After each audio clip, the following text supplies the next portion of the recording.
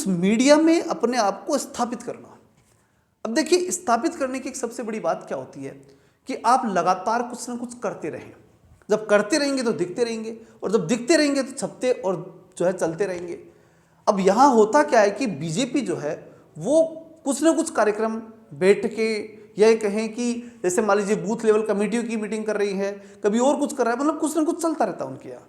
लेकिन कांग्रेस में जब हम देखते हैं या अन्य राजनीतिक दलों में देखते हैं तो चुनाव लड़ने के बाद में एकदम ठंडे, और फिर वापस चुनाव आएंगे तब एक्टिव।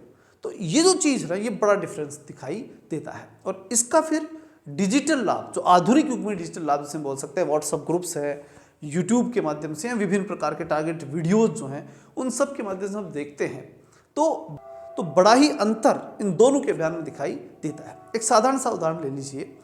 मोदी जी चुनाव, जैसे बिहार के चुनाव हुए, चुनाव होते ही वो लगातार कुछ कार्यक्रमों में व्यस्त हुए, और उन कार्यक्रमों को सीधा उनका जो मेन जो नैरेटिव है उसके अकॉर्डिंग दिखाया। जैसे साउथ में गए, राम जी की प्रतिमा थी और उसका अनावरण करके आ गए। उत्तर भारत में राम जी का जो है वो भगवा ध्वज पहनाना था, और जो मुख्य ध्वज जिसे हम बोलते हैं राम जी के मंदिर पर, तो वहाँ गए और उस कार्यक्रम में पूरी तरह सम्मिलित हुए। अब ये जो कार्यक्रम हुए, उन कार्यक्रमों में पूरी तरह से अपने आप को इन्वॉल्व दिखाना, यानी कि अपने नैरेटिव को पूरी तरह से मजबूत करते रहना। लेकिन अगर राहुल गांधी को देखा जाए तो वो अपने एक्टिवेशन में फिर दिखाई नहीं देते, क्या मालूम कहाँ गायब हो जाते हैं। ठीक है, कह सकते हैं आपकी जो मेन स्ट्रीम मीडिया है वो हो सकता है कि सत्ताधारी दल की जय बोल रहा हो, या XYZ जो आप गोदी मीडिया कुछ भी बोलते होंगे, वो सिर्फ चल रही होगी। लेकिन आप सोशल मीडिया के माध्यम से तो अपने आप को स्थापित कर सकते हैं। उसमें तो कहीं ना कहीं दिखाई दे, किसी को इंटरव्यू दे दे, कुछ और ही दिखाई दे कि आप अपने विचारों को कम से कम पब्लिक तक जाने तो दें। लेकिन आप बिल्कुल जैसे चुनाव हुए और आप शांत हो गए। अब ये जो चीज़ होती है ना, ये डेफिनेटली एक तरह से पब्लिक को आपसे कनेक्ट नहीं कर पाती। तो विपक्ष की जो भूमिका है वो ही दिखाई नहीं देती। अब विपक्ष की भूमिका में क्या दिखाते हैं आप? SIR का विरोध। SIR में आप पब्लिक को कोई दिक्कत ही नहीं आ रही। जो आम जनता है वो, जब मैं मेरी पर्सनली कह सकता हूँ कि भैया मेरे पास 4 फार्म आए थे, चारों परिवार के चारों सदस्यों के फॉर्म भरे और अगले को दे दिए, वो लेके चला गया। अब मुझे पर्सनली क्या प्रॉब्लम है? पर्सनली किसी को प्रॉब्लम नहीं है, तो फिर उस SIR के मामले को उठा करके आप क्या बड़ा आंदोलन कर पाएंगे? नहीं कर पाएंगे। क्या उससे एक जन आंदोलन खड़ा करके और जो है बीजेपी के खिलाफ माहौल कर पाएंगे? नहीं कर पाएंगे। हो सकता है कहीं 100, 200, 20, 50 वोटों को प्रभाव हो जाए, उससे कभी कुछ होने वाला नहीं है। तो इस प्रकार से जो है वो एक शानदार जो है माहौल अगर देखा जाए तो विपक्ष उसमें भी नहीं निभा पा रहा। और इधर जो है वो बीजेपी इसको एक पॉजिटिव वे बता करके, इसको भी पॉजिटिव वे बना करके कि हमने पश्चिम बंगाल से बांग्लादेशी रोहिंग्याओं को भगा दिया, इस बात पे इस प्रकार का माहौल बनाया तो पॉजिटिव हो गया कि हाँ भाई रोहिंग्याओं को भगा दिया, अच्छी बात हो गई, SIR से भग गए। तो उसमें आपको काफ़ी अंतर दिखाई देगा दोनों के प्रेजेंट करने के तरीके में। किसी भी कार्य को प्रेजेंटिंग अलग अलग प्रकार से हो पाती है, तो लोगों में नैरेटिव भी अलग अलग ही बन जाता है। अब जो अगली बात आती है वो आती है जो सबसे महत्वपूर्ण मुद्दा है एक बेसिक कंसेप्ट के रूप में, और यही सबसे मूल जड़ भी है, और वो क्या है? हिंदुत्व और राष्ट्रवाद। देखिए, इस देश में लगभग 80% हिंदू ही रहते हैं, और सामने बच गए वो कितने रहे? 20%। अब अगर कोई राजनीतिक दल या राजनीतिक समूह है या राजनीतिक गुट हिंदुओं के एक विशेष स्थापित राजनीतिक संगठन या बोल सकते हैं एक सामाजिक संगठन उसके खिलाफ लगातार बोलता रहेगा, तो निश्चित रूप से उस बहुमत वाले वर्ग को कभी भी वो अल्पसंख्यक वाला वर्ग पसंद नहीं आएगा।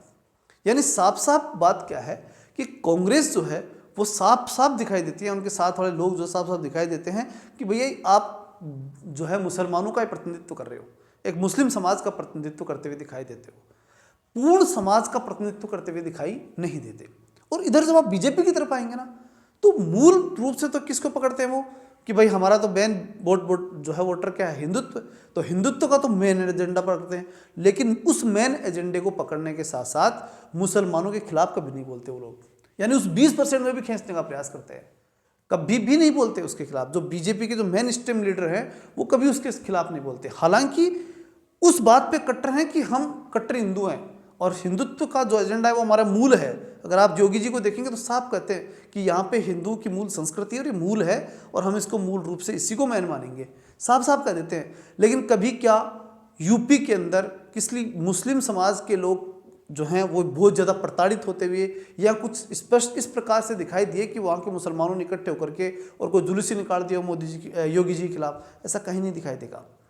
मेन बात क्या है कि वो निश्चित रूप से हिंदुओं के हित के लिए अग्रणी रूप से खड़े होंगे और कट्टर रूप में खड़े होंगे, लेकिन ज़बरदस्ती जाकर के मुसलमानों को परेशान करना ऐसा भी नहीं करते और उनके खिलाफ भी ज़बरदस्ती बोलने का कोई काम नहीं करते। लेकिन जब आप विपक्ष की तरफ जाते हैं तो विपक्ष जाते ही सबसे पहले किसके ऊपर अटैक करने की सोचेगा? वो हिंदुओं के खिलाफ बोलने की सोचेगा, वो उनके देवी देवताओं के खिलाफ बोलना शुरू करेगा। आप दक्षिण भारत में देखेंगे बहुत से लीडर अनाप शनाप बक देते हैं।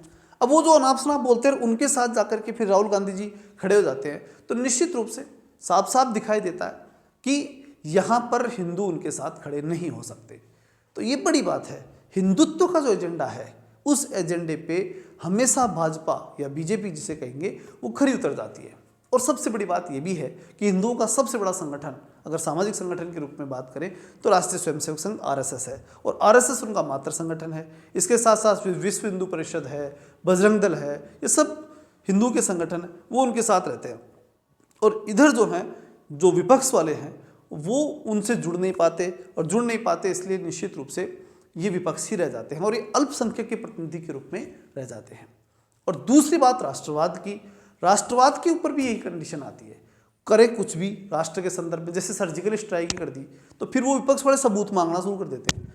अब जैसे ही सर्जिकल स्ट्राइक पे आम जनता खुशी एहसास करते कि हाँ ज़बरदस्त काम कर दिया, तो वहाँ वो सवाल पूछ करके और उस खुशी को कम कर देते हैं और फिर वो उनको बुरा लगने लग जाता है। और ये आम भावना है। अब इस आम भावना को, जो आम जनता की भावना है, उसको आप बहुत ही तार्किक रूप में नहीं देख सकते। वो भावनात्मकता से जुड़ती है। वो देखती है कि भाई जो है पाकिस्तान, तो पाकिस्तान मतलब गलत, ये एक भावना है। अब इस भावना को आप तार्किक रूप से साबित करना बैठोगे, नहीं बैठेगी। ठीक है, पाकिस्तान निश्चित रूप से भारत का दुश्मन है, ये तय बात है, और ये यहाँ के 90% लोग इस बात को कहेंगे। अब 10% की कहानी अलग हो सकती है। आप 10% के पास जाकर के बैठने की कोशिश करोगे तो निश्चित रूप से वहाँ पर एक बड़ी बीमारी सामने आ जाती है, और फिर लोग ये कहते हैं कि नहीं ये गलत है, और इस प्रकार से एक अच्छी छवि इनकी नहीं बन पाती। तो इन सभी पॉइंट्स को देखते हैं ना, तो साफ साफ दिखाई देता है कि कुछ मुद्दों के ऊपर कांग्रेस को जज के काम करने की या विपक्ष को बहुत जज के काम करने की आवश्यकता है। अब प्रश्न ये उठता है कि क्या बीजेपी को हराया नहीं जा सकता? निश्चित रूप से बीजेपी को हराया जा सकता है, और बहुत ही उसी प्रकार से हराया जा सकता है जैसे कि कांग्रेस को बीजेपी ने हराया। जब बीजेपी की स्थापना 1980 में हुई थी, 1980 याद नहीं है, आज हम बात करें 2025 में है, तो 25 साल तो ये हैं और 20 साल वो थे, तो कितना हुआ? लगभग अगर अपन बात करें तो 45 साल हुए। इन 45 सालों के अंदर ही तो बीजेपी बनी और बनकर के भारत का सर्वोच्च संगठन है, सत्ता के ऊपर स्थापित है, और पिछले 10 साल तो सत्ता में ही है। तो कहने का मतलब क्या हुआ कि 30-35 सालों के अंदर ये बने भी और फिर सर्वोच्च सत्ता पर भी आ गए। लेकिन अब इतना समय तो फिर कांग्रेस को वापस देना भी पड़ेगा। 30-35 साल का समय तो फिर इतनी रणनीति तो बनानी पड़ेगी। चलिए 30-35 साल छोड़िए, 5-10 साल का तो बढ़ाओ। लेकिन कांग्रेस की सबसे बड़ी प्रॉब्लम या विपक्षी दल की जो प्रॉब्लम आती है वो ये होती है कि चुनाव के जस्ट 6 महीने पहले जगेंगे, फिर भारत जोड़ो यात्रा करनी है और फिर उसके बाद में चुनाव जीतने हैं। तो उसमें तो फिर उतना ही मिलेगा जितना मिलना चाहिए। फिर भी मैं कह रहा हूँ कि पिछली बार जब भारत जोड़ो यात्रा की थी राहुल गांधी ने, उसका इम्पैक्ट ऐसा था कि वो काफ़ी सीटों के ऊपर अपना कवर कर गए थे और मोदी जी को बहुत जोर आया था। पूर्ण बहुमत आज भी नहीं है मोदी जी के पास। इस प्रकार की एक्टिविटी 6 महीने पहले नहीं की जाती, ये पूरे 5 साल पहले चालू करनी पड़ती है, तब जाकर के कोई व्यक्ति सत्ता में आता है। तो सबसे बड़ी प्रॉब्लम यह है, अगर इसे सुधार किया जाए तो हो सकता है कि बीजेपी को रोका जा सकता है। दूसरी बात, आज की तारीख में बीजेपी विपक्ष क्या कर सकता है?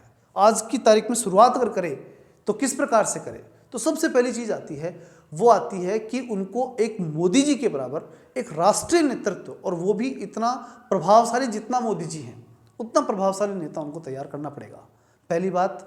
दूसरी बात, इनको उसका इस प्रकार से प्रचार करना पड़ेगा, या कहें कि सोशल मीडिया के माध्यम से, या विभिन्न प्रकार के जो माइक्रो मैनेजमेंट बीजेपी का है उसी प्रकार का माइक्रो मैनेजमेंट करना। पहले तो बूथ लेवल पर पन्ना प्रमुख बनाने वाली जो कंडीशन है वो तैयार करना, और उसके बाद में उसमें उस रूप में उनको प्रचारित करना कि भैया ये हमारा शानदार लीडर है और इसमें क्वालिटी इस प्रकार की है। जैसे कि मैं फिर कहूँगा, भारत जोड़ो यात्रा वाला सा जो मामला था उस प्रकार का काम उनको करना पड़ेगा। फिर उसके बाद में बात आती है कि उनको हमेशा केवल नकारात्मक ही नहीं सोचना है कि मोदी जी ने कोई काम कर दिया वो गलती है। SIR थी, कहाँ दिक्कत आ रही है, लोग फार्म भर ही तो रहे हैं, दे रहे हैं अपना सारा। कोई बहुत बड़ी शिकायत कहीं पब्लिक ने आंदोलन किया हो ऐसा कुछ है ही नहीं, कहीं पब्लिक ने विरोध किया ऐसा कुछ नहीं है, और आप लेकर के उनको विरोध करने बैठे हो। तो इस प्रकार की जो चीज़ें हैं, हाँ हो सकता है कि आप ये कहो कि भाई BLO कहीं ख़त्म हो गए तो उनका ठीक है, उनके बारे में आपको विरोध करना चाहिए, वो क्यों प्रेशर में आए, वो सब चीज़ें होनी चाहिए, लेकिन SIR ही गलत है। तो इस प्रकार तो ये सब चीज़ें करना तो बहुत गलत हो जाता है। तो इस प्रकार की जो भावना है इनसे बाहर निकलना पड़ेगा और एक सकारात्मक पॉलिटिक्स करनी पड़ेगी। और जब तक ये सकारात्मक पॉलिटिक्स नहीं करेंगे तब तक जनता इनसे जुड़ नहीं पाएगी। चलिए मिलते हैं नेक्स्ट वीडियो में, तब तक के लिए जय हिंद, जय भारत।